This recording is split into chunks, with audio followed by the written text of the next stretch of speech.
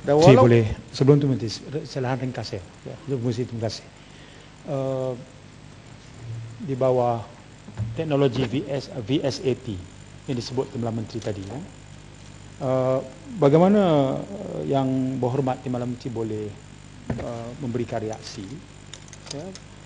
Kalau saya sebutkan bahawa saya terbaca dalam surat khabar ya, di bawah Schoolnet, Sekolah Menengah Kebangsaan Bukit Pasir Muar ya, projek Schoolnet menerusi infra fiber optik, fiber to the school, jalur lebar, kelajuannya 10 megabyte per second. Kalau yang berhormat tadi sebut, itu cuma 2 hingga 4 megabyte per second dengan menggunakan VSAT. Padahal projek yang telah pun ditamatkan iaitu Schoolnet menggunakan fiber ini, kelajuannya jauh lebih tinggi. Itu yang saya maksudkan tadi.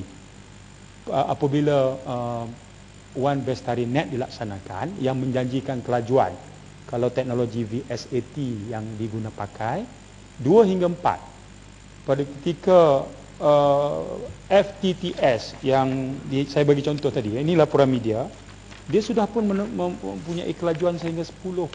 Kelajuan internet ini sangat penting. Sebab dalam kajian EPU Boston Consultant Group tu disebut 40% itu tak stabil. Sebab apa? Sebab akses capaian kepada internet itu selalunya terganggu. Jadi apa lebihnya dilaksanakan Web Bestari Net ketika kelajuan Schoolnet tu jauh lebih baik. Terima kasih ya Berhormat Machang. Sebenarnya kita kena lihat beberapa parameter.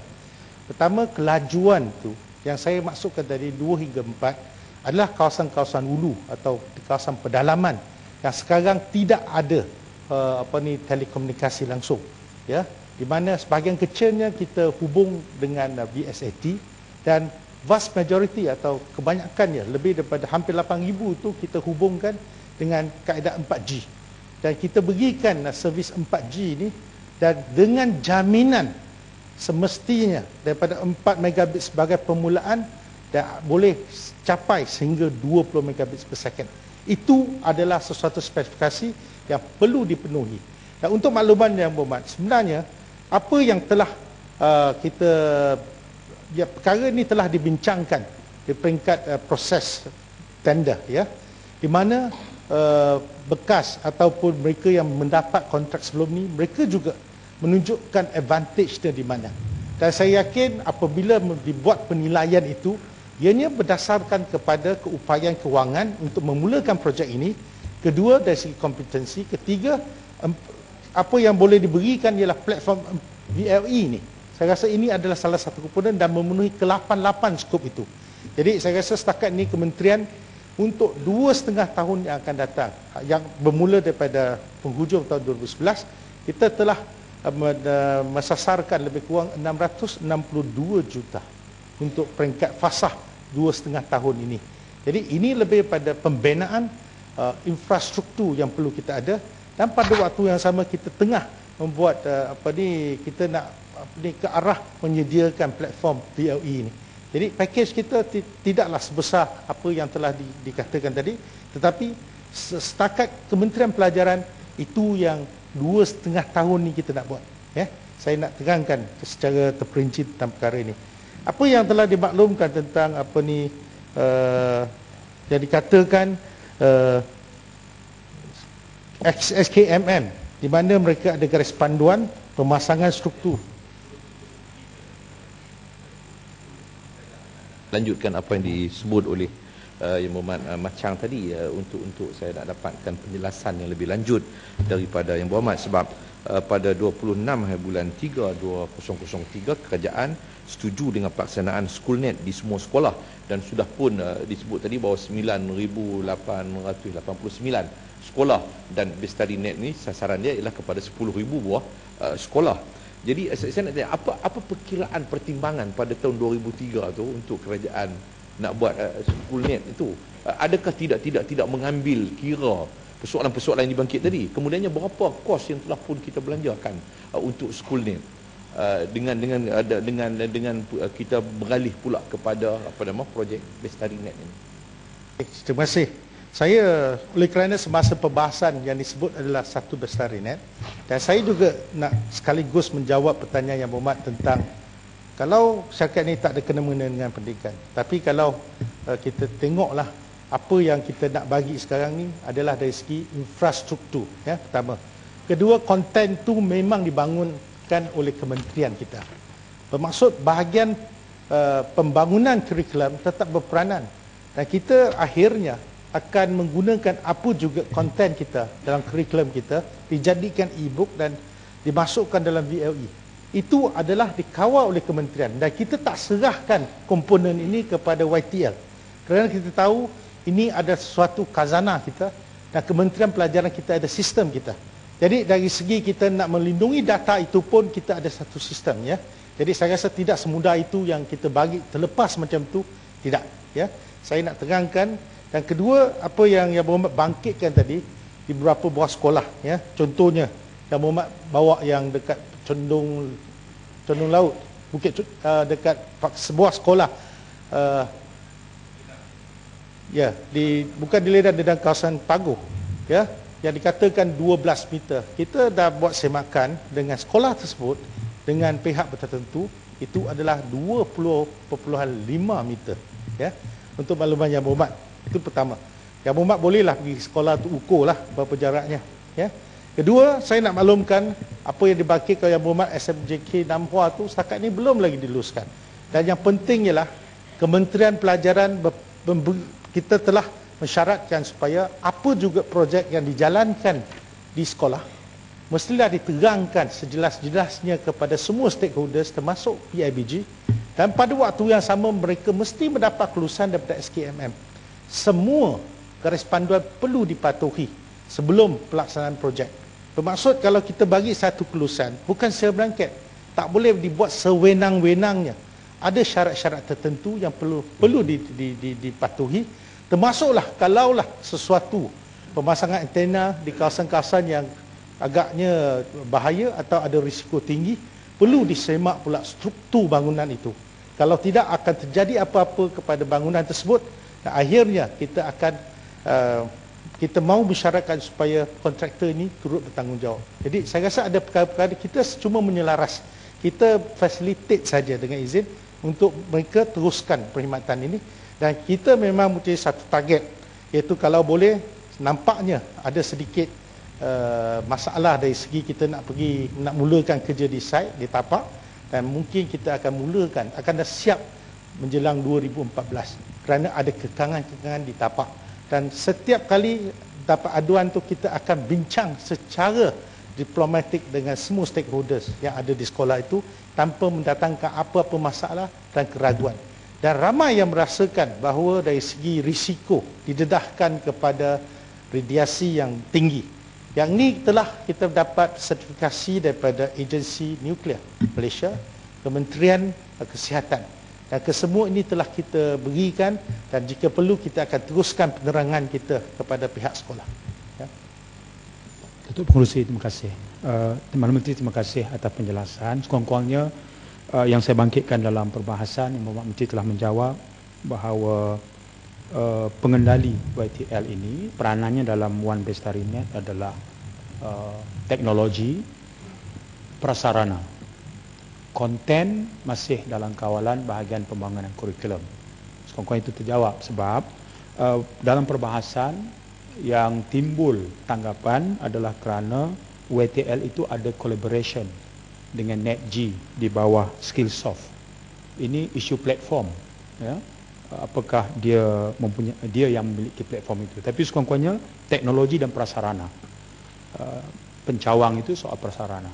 Dan tadi Yang Berhormat Menteri sebut, kalau mengikut unjurannya sekarang, keupayaan sekarang, maka 2014 baru sampailah kan, baru siap. Itu agak, ini sedikit perlu penjelasan. Kita nak capai satu keputusan dia semalam, waktu Timbalan Menteri Pelajaran jawab, perkara yang ditimbulkan oleh SED. Katanya menjelang Mac 2013, siap semua. Maknanya roll out 10,000 sekolah. Tadi jawapan Yang Berhormat Timbalan Menteri sebut, soal pencawang itu, soal melengkapkan prasarana, nak membekalkan YES 4G WiMAX itu 2014. So boleh terangkan kenapa ada perbezaan? Terima kasih ya Berhormat. Saya pernah dapat jawapan dari pegawai sama juga. Saya telah menyemak ya. Kalau ikut asalnya kita nak, kalau boleh sasaran kita ialah pada Mac 2013. Tapi kita kena lihat hakikinya. Di beberapa tempat kita terpaksa mengatasi kekangan yang sedia ada.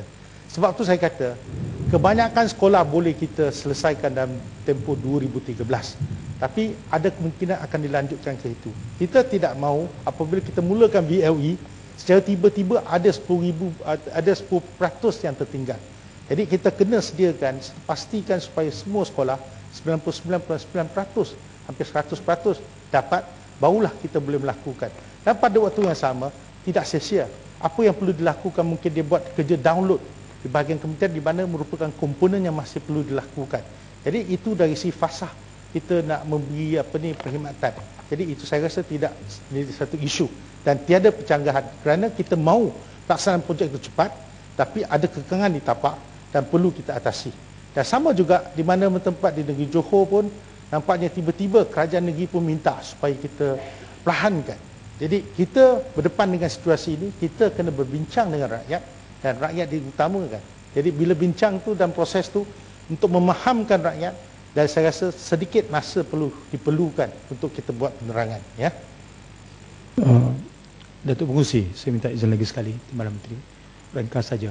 Pada masa Schoolnet kita tamatkan pada tahun 2010, teknologi yang digunakan itu telah pun ada. Prasarananya pun ada. Ya. Iaitu FTTS yang sebut tadi, ADSL, VSAT dan wireless. Dah ada dah. Prasarana pun dah ada. Kalau ikut kajian EPU, 40% berjalan baik. Daripada 9,889 yang telah. Apakah boleh kita andaikan 40% daripada 9,889 sekolah ini tak termasuk dalam bidang tugas YTL. Kalau dia pun terpaksa pasang pula Yes 4G, dia dah jadi macam duplicate, tambahan kos, atau bagaimana? Prasarana yang sedia ada tu nak guna lagi atau tidak? Ataupun memang yang Berhormat Menteri tadi sebut 8,000 nanti sekolah nanti akan dapat Yes 4G ni. Jadi boleh bantu jelaskan lagi sedikit. Terima kasih ya Berhormat. Saya tadi sebut dalam konteks VSAT, ini kawasan pedalaman. Saya tak sebut kata kita akan gunakan separuh tu gunakan 4G, tidak. Oleh kerana kita berikan projek One Best Internet kepada YTL dengan ekspektasi kita iaitu sepenuhnya gunakan 4G untuk sekolah-sekolah yang memang tak ada telekomunikasi, cari kaedah apa yang kita nak kelajuan 2 megabit per second hingga 4 megabit per second untuk kita membolehkan kita buat hosting VLE. Itu saja dalam spek kita begitu jelas ya. Dan saya tidak menolak kemungkinan apa kelebihan yang ada di setengah tempat mungkin lebih established ya.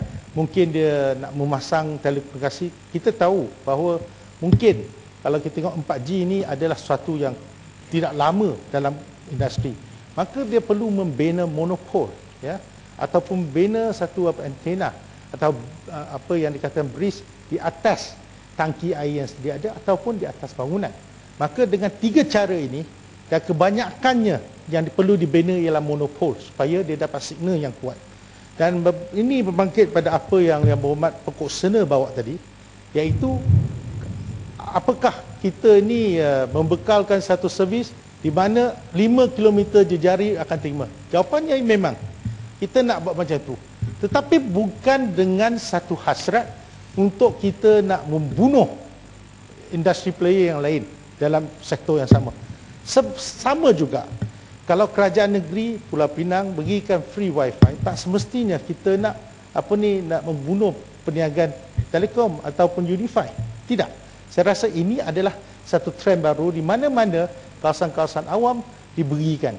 Dan untuk kawasan sekolah, kita tahu lazimnya kalau di kawasan kampung ni ibu bapanya adalah ataupun penduduk adalah di sekitar sekolah dan dia boleh membuat akses di mana-mana saja. Ini akan memberi manfaat kepada masyarakat setempat dan tidak dengan hasrat untuk untuk kepentingan perniagaan mana-mana pihak. Ini tak ada kena mengena. Yang dibayar tetap dibayar oleh pihak sekolah dengan kadar kalau banding dengan dulu 600 sekarang RM474 14 sen ya. Dan saya rasa saya akan ajak pada ini sebab baru satu. Sekejap. Pertama saya nak sebut berkaitan dengan isu yang kemudahan untuk 5 km dan sebagainya. Sebab saya lihat bahawa bila kita beri kepada dia, itu menunjukkan bahawa tidak ada satu jaminan yang dia akan menggunakan segala kemudahan yang dia perolehi daripada BestariNet ini untuk tujuan komersial dia. Tujuan komersial. Ini memang betul lah untuk tujuan bagi kepentingan sekolah dan mungkin ada orang yang berdekatan itu, tetapi sudah tentu dia akan menggunakan ini untuk tujuan komersial. Ya Muhammad, ujar yang Muhammad kalau guna di negeri-negeri yang menawarkan free wifi, konsep yang sama. Apa yang kita berikan ialah persedaran yang mereka boleh akses kepada jalur lebar yang kelajuan tinggi. Jadi saya rasa dalam konteks ni kita tak boleh buat andaian atau hipotesis itu semata-mata untuk suatu tujuan perniagaan membunuh industri player yang lain. Sebab tu saya gunakan andaian tadi. Ini bukanlah satu perkara yang kita patut lihat dari perspektif saingan antara dua syarikat. Tidak. Kerana kita minta mereka buat di dalam sekolah, dan dalam kawasan sekolah itu bukan saja di makmal, di tandas, mereka boleh akses terus kepada BLE ini. Tidak menjadi masalah. Yang sebab tu saya nak maklumkan kepada Muhammad supaya faham tentang secara teknikal macam mana dia beroperasi ya. Tak, saya katakan bahawa sepatutnya kita tidak boleh membenarkan dia untuk memberikan frekuensi yang lebih besar. Kerana sudah tentu dia akan mengambil saya cuba memahamkan untuk komersial dia. Sebenarnya untuk kita nak memberi satu platform BLE, dia ni macam e-book, buku tu semua dimasukkan dalam sistem komputer kita. Kita tak bolehlah gunakan kelajuan yang rendah. Dan sebab itulah kita kata hosting itu sangat-sangat penting. Sebab itulah yang Muhammad sering bangkit tentang PBS. Kerana kelajuannya tak begitu cepat, dan server down dan sebagainya. Dan kita nak beri jaminan supaya BLE ini jangan kita belajar 10 minit terpaksa tergendala dan berhenti tunggu 10 minit tak belajar lagi. Jadi saya rasa sebab itu reliability, dan kita nak tengok dari segi tahap perkhidmatan servis ni 4G ni ya. Dan saya balik kepada isu yang lain ya, Muhammad. Sekolah tadi di Paguh, ya Muhammad. Ini ada gambar kepada saya. Pagar struktur menara itu dengan pagar tempat padang permainan kanak-kanak itu terlalu dekat. Ya Muhammad, saya dekat. Ya Muhammad, kalau Yang Muhammad adalah seorang pakar, dari gambar boleh tahu jarak, saya rasa Yang Muhammad dah boleh jadi saintis. Kerana tidak mungkin dapat dilihat macam tu. Saya telah hantar orang untuk pergi ambil gambar ni. Kalau orang ambil gambar dengan orang yang ukur berlainan Yang Muhammad, jadi dari gambar tidak dapat kita lihat. Kita tak boleh dapat agak, maknanya ini pagar, ini pagar struktur menara. Yang ada internal dia. Ini pagar taman permainan, padang permainan. Kalau Yang Muhammad berminat, saya katakan bahawa tidak Yang Muhammad, saya dah kata kalau Yang Muhammad minat, kita boleh aturkan Muhammad pergi ukur jaraknya. Kan saya dah cakap tadi. Ya, saya rasa itu perkara kecil, dan yang penting ialah segala garis panduan SKMM perlu dipatuhi oleh kontraktor. Itu saja. Itu yang saya nak maklumkan kepada Dewannya. Yang Muhammad Menteri nak tanya, boleh percaya tak dengan besi? Boleh percaya dengan besi? Besi? Okey.